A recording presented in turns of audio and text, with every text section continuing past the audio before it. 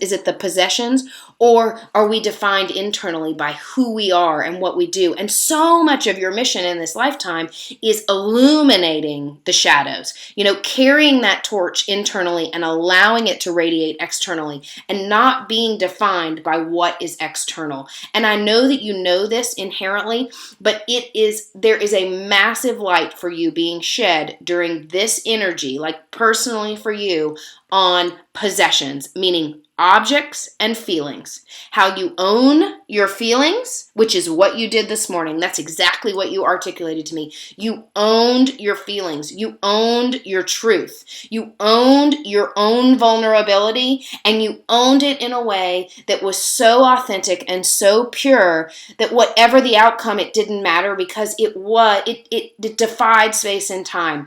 And that's what's going on for you this month in particular. This rewiring of how you own things, and whether it's the physical stuff. I mean, you've just made a move, so you probably had to let go of a lot of things. I mean, even your property. We've talked about this. I know this about you, but that property had, magic to it.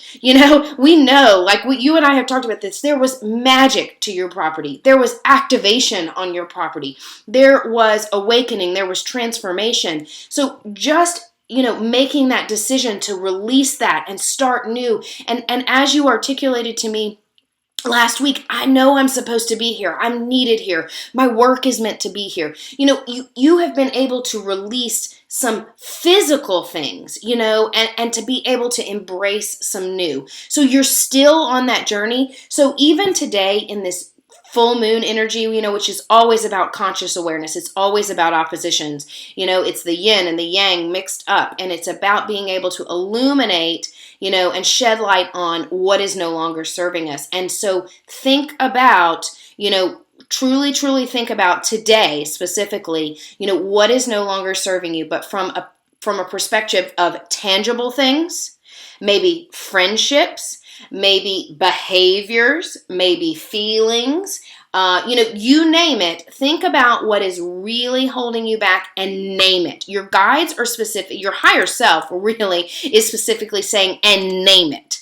Like they want you to name it. They want you to write it down, and they're asking you to do it. And insecurity is the word that they're using right now. It's because it's so much of your insecurity is actually, they're like showing me kind of like a connect the dot, but it's like going out, and it's connected to old storylines, people, places, things, that really no longer serve your highest good and are outdated belief systems, and you're wanting this fresh start. And so it's all about releasing those ties that bind, those strings, like per se, and they're really showing me strings. It's like this web, but you've been fighting out of that web. And even this move, this geographical shift, has been able to release you from some things and give you permission to really take everything that you've been learning over the past few years and bring it to the next level, and you're ready for that. Does that all make sense? Yeah, I definitely still, I haven't unpacked it because there's things that I needed to do here. Yeah. To this rental house is just a whole long story. Yeah. Definitely an opportunity for me, to practice communication and stuff again with just surface communication, but yet that hits chords that are down in, Yeah. Communicating with the landlord, telling him what I need, telling him what I'm willing and not willing to do, and stuff like that. But part of my process when I do unpack is redirecting a lot of my stuff. Yeah. And then also I'm coming back after 10 years, so some of the dynamics in the friendships that I've had are changing. Mm-hmm. And as scary as that is, I'm needing to come forward and reveal, what this means to me with them. And, it's like I'm going to go there at any cost because I recognize this as an opportunity to do that. Yeah.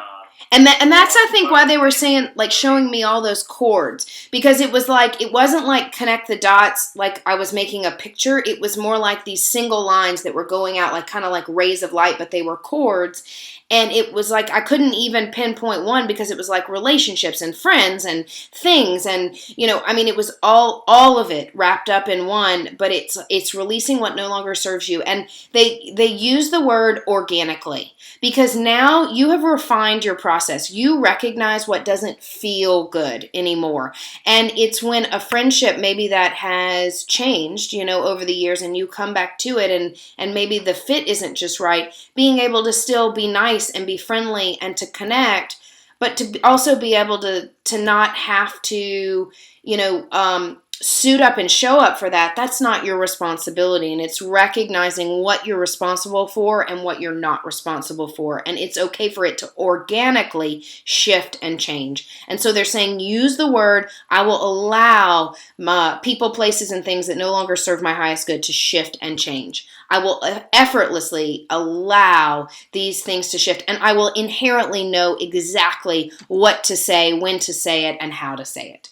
Just that's what they're showing you to kind of emanate. Does that make sense? Yeah, absolutely. Yeah, I actually knew I needed to talk to this person. There was almost like a